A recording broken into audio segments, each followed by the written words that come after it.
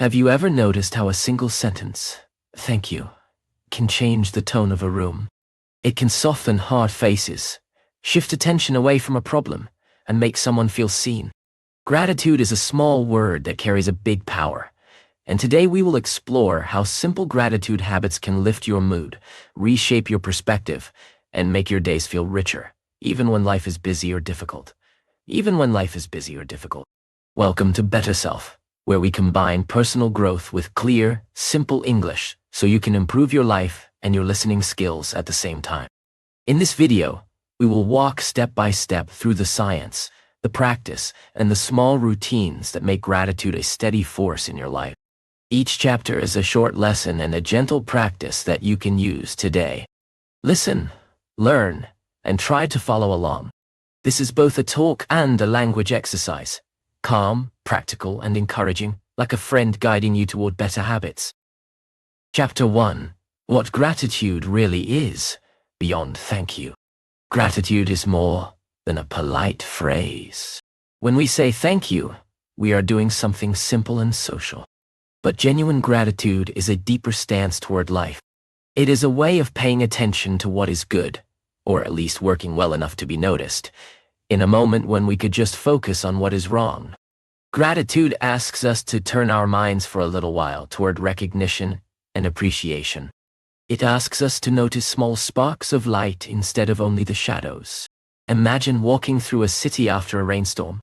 The air smells clean, faces pass by with umbrellas, and the pavement gleams under streetlights. You could easily think of the inconvenience of wet shoes or being late. But if you slow down and breathe, you might notice the beauty of the reflections, the sound of water, a warm cup of tea waiting at home. Gratitude is that choice to notice those reflections. It is not the denial of problems. It is not saying everything is perfect. Instead, it is a willingness to balance our view, to say, "This is hard, and here is something that helps me keep going." Science shows gratitude changes the way our brain works. Studies have found that when people write down things they are grateful for, they sleep better, feel less depression, and report more life satisfaction. Gratitude activates brain regions linked to reward and social connection. In other words, practicing gratitude makes your brain more likely to notice positive things in the future. It is like training a muscle. If you make small, repeated movements, that muscle grows stronger. The same is true for attention. When you practice gratitude, your attention shifts. You begin to spot small good things more easily. Let me tell you a simple story. A woman named Maria worked long hours in a hospital and lived in a noisy apartment. She often felt tired and overwhelmed. One night, she read about keeping a gratitude list. Just 3 small notes each night about things that went well. On the first night, she wrote, "A nurse helped me with paperwork, and I heard a neighbor laughing, and the rain smelled nice." It felt almost silly. She expected no real change. But after a week, she noticed she was calmer before bed. After a month, she felt more connected to people she met at work. The changes were small, but real. What changed was not her life in big ways. It was her mind's habit. Her attention had shifted. You can start easily. At the end of your day, think of one small thing that went well. Say it quietly to yourself. Maybe it was a good cup of coffee, a friendly message from a friend, or a bird singing on your walk. For a few breaths, feel that good detail. Notice how your body responds. This short moment is not effort wasted. It trains your brain to notice calm pockets inside busy days. This habit also helps when times are hard. If you are facing a real struggle, illness, loss, or stress, gratitude is not a shortcut that makes pain disappear. Instead, gratitude becomes a steadying grip. It does not eliminate grief, but it can remind you of supports that exist even in hard times. A hand that held yours, a message that comforted you, a memory that warms you. In this way, gratitude does not deny pain. It makes space for both pain and small reliefs, and this balance helps you move forward with more strength. Try this now.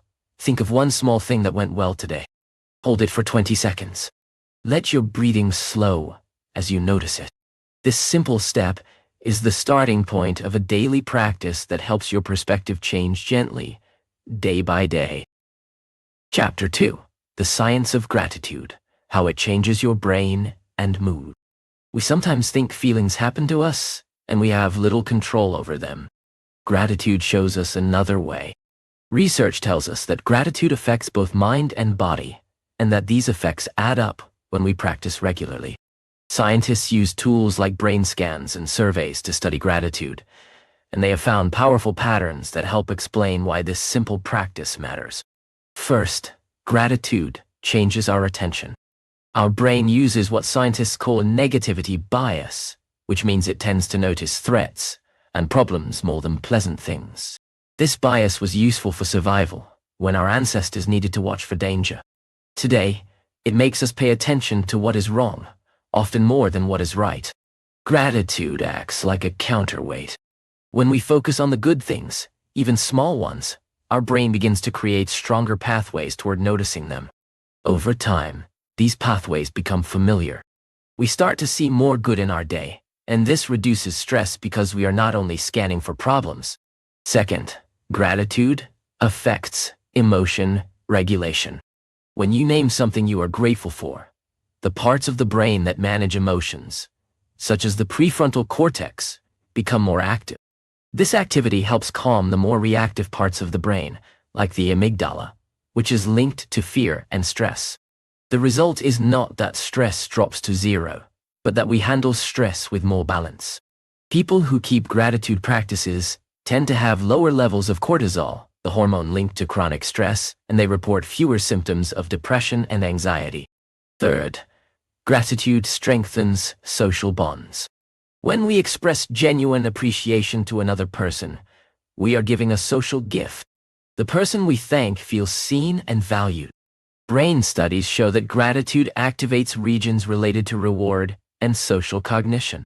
That means both the person expressing gratitude and the person receiving it feel good. This effect is why simple acts like saying thank you, writing a short note, or telling someone you appreciate them can make relationships stronger. In workplaces and families, consistent expressions of gratitude are linked to more trust, better teamwork, and less burnout. Fourth, gratitude improves physical health in small but important ways. People who practice gratitude regularly report better sleep. They may also have lower blood pressure and stronger immune function. One reason might be that gratitude reduces rumination, the repeated negative thoughts that keep us awake. Another reason is that grateful people often engage in healthier behaviors, such as exercising and keeping regular medical appointments, because they feel more hopeful about the future. Let me share one research story. In a study with adults who had sleep problems, researchers asked half of the participants to write down 5 things they were grateful for each day for 2 weeks. The other half wrote about neutral topics like what they did that day. The gratitude group reported better sleep quality and feeling more rested. The change was not about a dramatic event. It was about the daily habit of noticing small positive things. Over time, these small shifts created better sleep and a calmer mind at bedtime. If you want to use science as motivation, remember this. Small steps with consistency matter. Gratitude is not a magic trick. It is a practice that reroutes attention, calms emotion, deepens connection, and supports healthier behaviors. The brain is plastic. It changes with repeated actions. When you make gratitude a regular part of your life, your brain learns to find more calm, more reward, and more connection. Start with a simple step. Tonight, before you sleep, think of 3 small things that went well today. Do not judge whether they are important or not. Let them be small. Notice how this makes your thoughts softer and your breathing slower. Keep this simple habit for a week and watch how your mind begins to shift toward what supports you instead of what drains you. Chapter 3. Small daily habits. Simple ways to make gratitude a routine. Habits are the structures that make our lives predictable and manageable. They take willpower out of the moment and let us rely on routine. Gratitude becomes powerful when it joins these daily structures. You do not need a big plan. You need small, consistent actions that you can repeat without resistance. Think of gratitude as a tiny lamp you turn on each day. At first, the lamp is small, but with steady use, the lamp brightens your room. There are many practical ways to make this lamp part of your routine. One is the nighttime gratitude list. Write down 3 things you were grateful for during the day. These can be as small as a good cup of tea, or as meaningful as a friend call. Keep the list simple and private. You do not need to make it perfect. The purpose is to practice noticing. Another habit is to create a morning gratitude pause. Before you jump into messages and tasks, take 1 minute to list 3 things you appreciate about the coming day. Maybe you appreciate a meeting where you can learn, a moment of free time, or simply the chance to breathe. This pause sets your mind's compass toward possibilities and reduces the reactivity of the day. A simple visual cue can help. Put a sticky note on your mirror with the word thanks or notice. Each time you see that note, take a deep breath and name 1 thing you appreciate. Visual cues act as gentle prompts that interrupt autopilot and bring attention back to what matters. You can also link a gratitude habit to an existing routine, which is a technique from habit science called habit stacking. For example, when you brush your teeth, recall 1 thing you are grateful for. When you make coffee, spend 30 seconds noticing the smell. Linking gratitude to a routine act makes it much easier to keep the habit alive. The act of stacking reduces the friction of starting something new because you attach it to an action you already do. Another useful habit is to keep a gratitude jar. Each day, write 1 line on a small paper slip about something good that happened that day and drop it into the jar. Over time, you build a visible archive of small wins and warm moments. On hard days, you can open the jar and read past slips. The jar is a tactile reminder that good things have happened and can happen again. There is also the practice of expressing gratitude verbally. Saying thank you to a person for a specific action creates stronger social bonds than a generic thanks. For example, instead of saying thanks, say thank you for listening to me today. It helped me feel less alone. This gives clarity to the other person and strengthens your connection. Try to say 1 specific appreciation to someone each day. It might feel awkward at first, but most people respond with warmth and surprise. Over time, this habit transforms interactions into moments of recognition and care.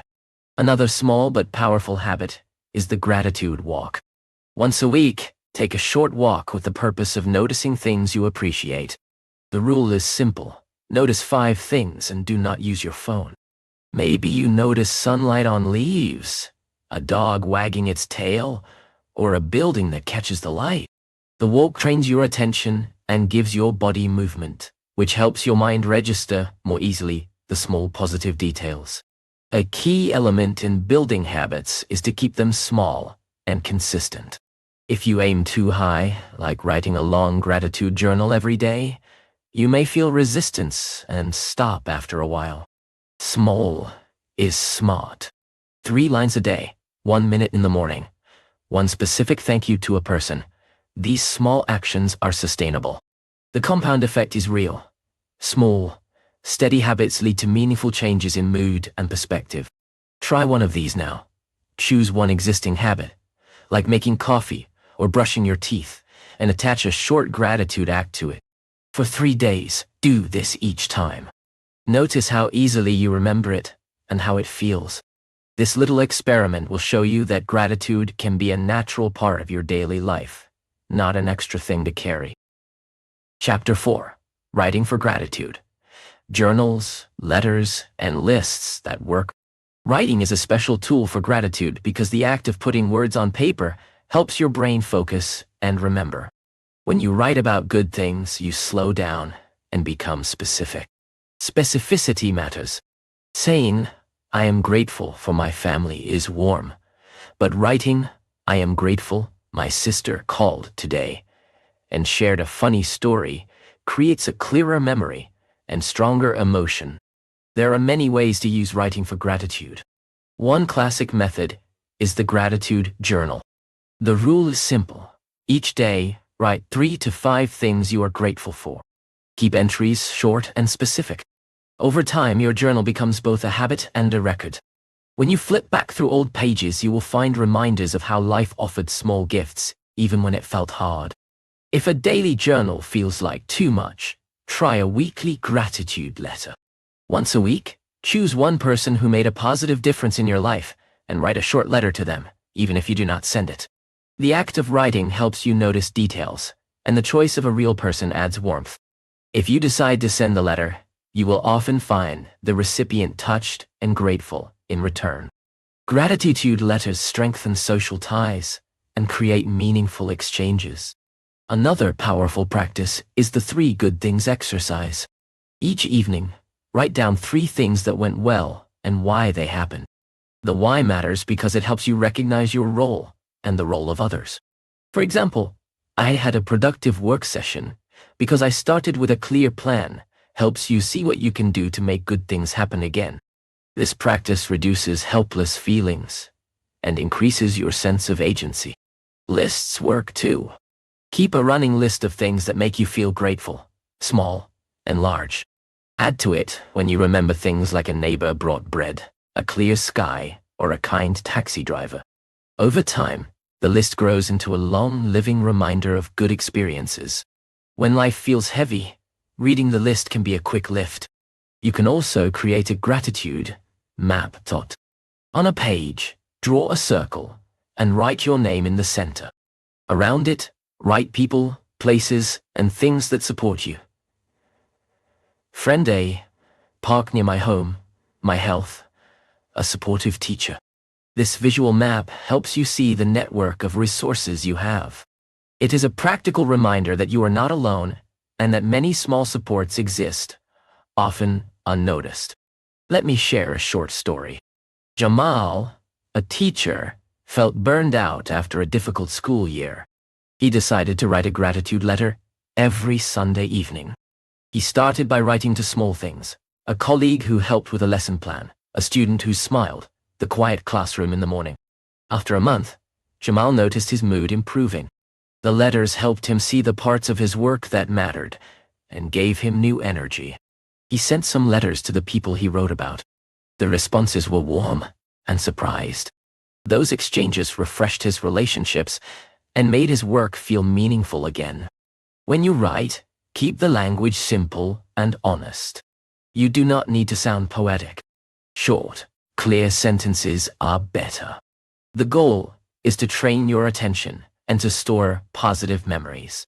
If you struggle with writing because you think your English is not perfect, remember, this practice is for you. The act of expressing appreciation in simple words is what makes the habit powerful. You will also improve your English by writing regularly. Try a simple writing exercise now. Take 3 minutes and write 3 good things that happened today. Be specific about what each thing was and why it mattered. Keep your sentences short and clear. Save this note somewhere you can read again. This small act of writing begins to build a store of gratitude that you can return to when you need a lift. Chapter 5. Gratitude in relationships. Strengthening bonds with appreciation. Relationships are one of the richest places to practice gratitude. When we tell someone we appreciate them, we do more than express thanks. We give them a story about how they matter to us. Gratitude in relationships is not just polite. It builds trust, reduces conflict, and increases warmth between people. The practice is simple, but effective when it is sincere and specific. Think about how you feel when someone thanks you for something specific. For example, when a partner says, "I appreciate how you prepared dinner when I had a long day," the specificity feels real. It tells you exactly what action mattered. Generic thanks can fade into the background, but specific appreciation hits the heart. When you get specific, you help the other person see their positive impact. There are different ways to practice gratitude in relationships. One is daily appreciation.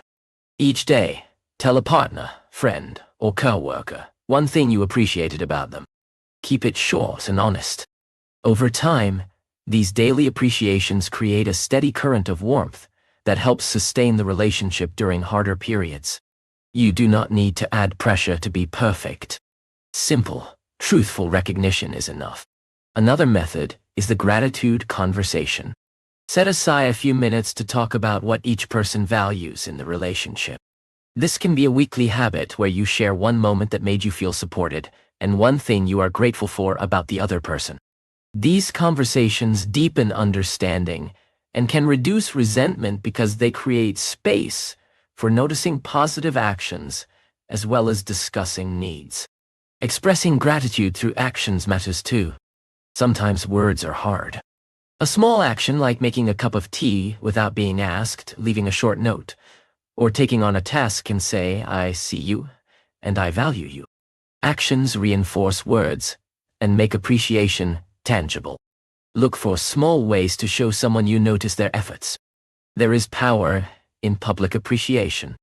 Recognizing someone's contribution in a team meeting or in a family group shows you value what they do. Public appreciation often has a ripple effect. Others feel encouraged to express thanks more openly. When gratitude becomes part of the group culture, teamwork improves and morale rises. A story can show this well. In a small company, a manager started a weekly ritual where each team member shared one thing a colleague did that helped them during the week. At first, people were shy, but after a few weeks, the team atmosphere changed.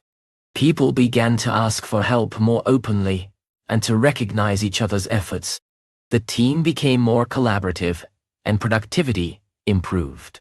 The gratitude habit created a climate where people felt safe and valued. Gratitude also helps with conflict. When tensions run high, it is easy to dwell on flaws. If you can find even one small thing to appreciate about the other person, it softens the conversation. Saying, "I know we disagree on this, but I really appreciate how you care about our family," can open space for cooling down and focusing on problem solving. If you worry gratitude will be misunderstood as weakness, remember that appreciation is a sign of strength. It shows you are secure enough to acknowledge others. It does not mean you avoid honest feedback. It simply adds balance so that critique does not become the only language between people. Try this simple habit.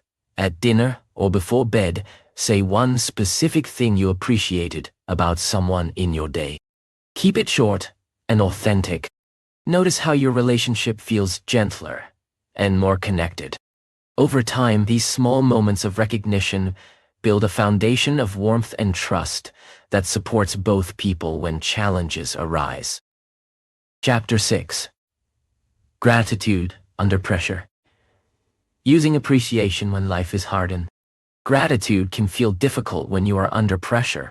If you are grieving, overwhelmed by work, or facing illness, the idea of counting blessings might sound unrealistic or even insensitive.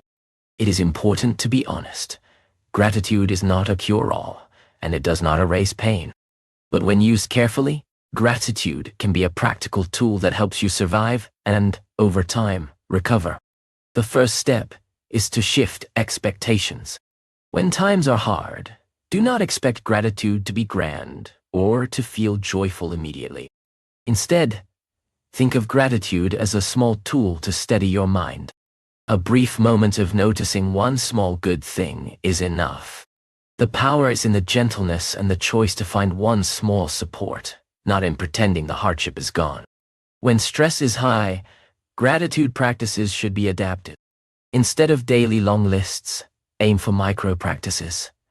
A single line on your phone, a quick breath, and a single appreciation, or a brief text to a friend that says, "Thanks for listening today." These tiny actions are doable even when energy is low. They create pockets of relief. Another careful way to use gratitude under pressure is to combine it with realism. You can say both, "This is painful, and today I noticed my neighbor brought soup, which helped." This combined statement holds both truth and appreciation. It validates what you feel while also naming resources. This balance prevents gratitude from becoming avoidance or toxic positivity. One helpful exercise is to build a short list of practical supports you can use in tough moments. Name 3 people who can help, 3 small comforts, like a warm blanket, a favorite playlist, or chamomile tea, and 1 thing you can do for 5 minutes to calm your breathing. When a crisis hits, pull out this list. The act of naming supports is itself a form of gratitude because it recognizes the resources already present in your life. Stories show how gratitude works in hardship. Consider a father who lost his job during a drought. He faced bills, fear, and uncertainty. Some friends suggested he keep a gratitude journal. At first, he resisted. He felt his worries needed action, not lists. But he committed to one small habit. Each night, he wrote 1 thing he was thankful for. After a month, he noticed his anxiety was still real, but calmer in the evenings. He slept better and felt more able to plan. He also began to reach out to people he knew, and a friend offered a short-term job. The gratitude habit did not solve everything, but it created clearer space to see options and act. Gratitude can also help caregivers. People who take care of others often feel exhausted and alone. Small practices, like a brief note about a moment of meaning or a single sentence about a small success, help caregivers stay connected to purpose and reduce burnout. These simple acts are not a replacement for rest and support, but they can make the load feel less crushing by reminding caregivers that their effort matters. When you are in a period of grief, be gentle. Gratitude might look like remembering a kind act from the person you lost, noticing the comfort of a warm sweater, or appreciating an unexpected message of support. These small awakenings of warmth do not reduce the loss, but they allow your heart a moment of rest. Over time, these moments help you build a life that holds grief and gratitude together. If you want a practical step now, when you face pressure, pause for 1 minute. Take 3 slow breaths. Name 1 small thing that provided comfort or help today. Keep the sentence short and factual. This small pause is a real practice. It calms the nervous system and reminds your brain that not everything is collapsing. That small stabilization is often enough to help you take the next practical step. Chapter 7. Gratitude and Mindset, from Scarcity to Enough. Our mindset, the way we see the world, shapes our choices. 2 common mindsets are scarcity and abundance. Scarcity says there is not enough time, money, or love. Abundance says there are resources available, sometimes in ways we did not expect. Gratitude is a practical practice that nudges your mindset away from scarcity and toward a sense of enough without ignoring reality. Scarcity narrows attention. When you feel there is not enough, you focus on shortages and potential loss. This focus increases stress and often leads to short-term choices that harm long-term goals. For example, if you feel there is not enough time, you might say yes to everything and end up exhausted. Gratitude widens attention. Naming small supports or gifts helps you see options and resources that scarcity blinds you to. You begin to notice moments of abundance, a friend's willingness to help, a chance for rest, a kindness that arrives unexpectedly. Mindset changes are slow and subtle. Gratitude supports gradual change by creating repeated experiences of noticing what is present. Each small appreciation is a data point the mind can use to update its default assumptions. Over time, your brain begins to expect some good things in the day. This expectation matters because it changes your behavior. You take on challenges with more hope, you reach out to others, and you invest in relationships because you believe there are returns that matter. To build an abundance mindset with gratitude, focus on 3 practices. First, notice resources. Make a mental list of supports, no matter how small. This list is not denial of lack, it is recognition of what exists. Second, practice generous interpretation. When someone offers a small kindness, assume good intent and accept it.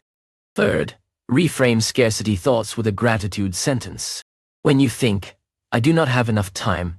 Add a follow-up. I have time for this small task today, and I will plan for the rest. This simple reframe reduces panic and opens space for practical planning. There is a practical exercise that helps rewire mindsets slowly. At the end of each week, write down 3 ways the week surprised you with a positive moment or resource. These do not need to be big. Maybe a neighbor shared food, or you found an online article that answered a question you had. Over months, the list becomes evidence that life provides more help and possibility than your scarcity bias might suggest. The evidence combats the automatic assumption of lack. A story can illustrate the shift. Lena felt trapped in financial worry. She believed there was never enough for her family. She started a small habit. Every month, she wrote 1 sentence about a time someone helped her, a time she managed money well, or a time she found a cheaper solution. After 6 months, her view shifted. She still had financial concerns, but she also began to see times of abundance and generosity. That new view helped her take clearer actions, like negotiating a bill and asking for flexible payments when needed. Gratitude did not solve her financial situation, but it changed how she responded to it. She found more options. If you want a short practice now, when a scarcity thought appears, pause and take a breath. Name 1 small resource you do have. Keep the sentence simple. I have 1 friend who listens, or I have a place to sleep tonight. Let that sentence be a single anchor before you make a decision. Repeating this habit weakens scarcity's hold and strengthens your ability to act from a place of practical enoughness. Chapter 8. Gratitude at Work. Creating a positive professional culture.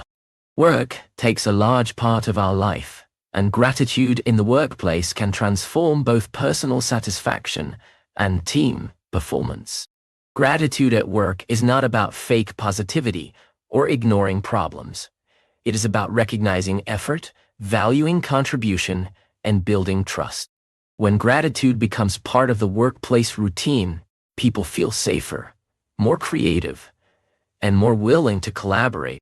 A practical first step is to make appreciation specific. When you thank a colleague, name what they did and why it mattered.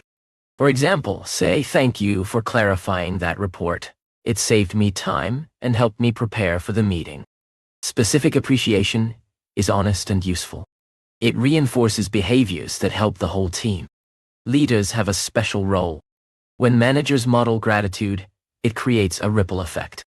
A leader who genuinely thanks an employee in public for taking initiative, or who writes a short note recognizing hard work, sets a tone.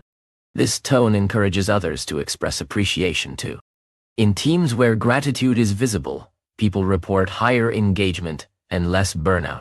Gratitude does not replace necessary feedback, but it balances critique, making feedback feel fair rather than focusing only on what is wrong. Team rituals can also embed gratitude. A short end-of-week round where each person names a colleague's helpful action can be powerful. These rituals do not need to be long. 5 minutes can do the job. The ritual builds mutual recognition and helps people see the network of support around them. Over time, this small practice can shift team culture from isolated effort to cooperative work. There is also practical value in written appreciation. Sending a short email to say, "Thank you for someone's help," gives the person a record of their contribution. In workplaces where performance reviews can be stressful, these small written notes add up and provide a balanced view of someone's impact. They become evidence you can point to during evaluations or promotion conversations. Let me share a short workplace story. An engineer named Priya led a project with tight deadlines. Her manager sent a short message to the whole team saying, "I appreciate Priya's clear plan and calm communication." The recognition did 2 things. It made Priya feel seen, and it signaled to others the value of clear planning. Team members began to adopt similar practices and to thank each other for small acts that helped meet deadlines. The environment shifted from reactive firefighting to collaborative planning. Gratitude also helps when feedback is needed. If you must give critical feedback, start with recognition of what the person did well. A balanced conversation that includes appreciation reduces defensiveness and makes it easier to solve problems together. For example, I appreciate how you handled the client meeting. Can we work on a clearer handoff next time? This framing keeps the relationship intact while addressing improvement. If you want to start a gratitude habit at work, try this. Once a week, send one specific message of appreciation to a colleague or team. Keep it factual and short. Notice how it affects your mood and how the recipient responds. Small, consistent actions at work create a culture where people feel valued and more willing to invest their best effort. Chapter 9. Gratitude and Giving. The joy of returning appreciation. Gratitude and generosity often go hand in hand. When you feel grateful, you are more likely to give, and when you give, you feel grateful. This cycle creates a positive spiral that benefits both giver and receiver. Giving does not need to be large or costly. Small acts of kindness and time can have deep effects. One simple form of giving is to say, "Thank you," in a way that matters to the other person. Instead of a quick thanks, consider writing a note, giving a small gift, or doing a helpful action. The value of the gift is not money. It is the thought and effort. People remember small, thoughtful acts because they show you were paying attention. Another form of giving is time. Volunteering your time, even for an hour a month, connects you with others and builds perspective. Studies show that people who volunteer report higher well-being and stronger community ties. When you help someone else, you often gain appreciation in return, and that appreciation reinforces your gratitude practice. Giving can also be creative and personal. If a neighbor often helps with packages, you might bring them homemade cookies. If a coworker consistently supports you, you might share an article that would help them. These small acts are both practical and meaningful. They create a sense of reciprocity and trust. There is also a powerful practice of paying it forward. When someone shows you kindness, consider how you can pass that kindness to another person. This chain of small acts builds community and spreads gratitude beyond the original giver. Pay it forward does not need to be public. Private acts of kindness quietly change the world one interaction at a time. A story helps illustrate this. After a storm, a community came together to clean debris from the streets. One family had more free time and organized a small group.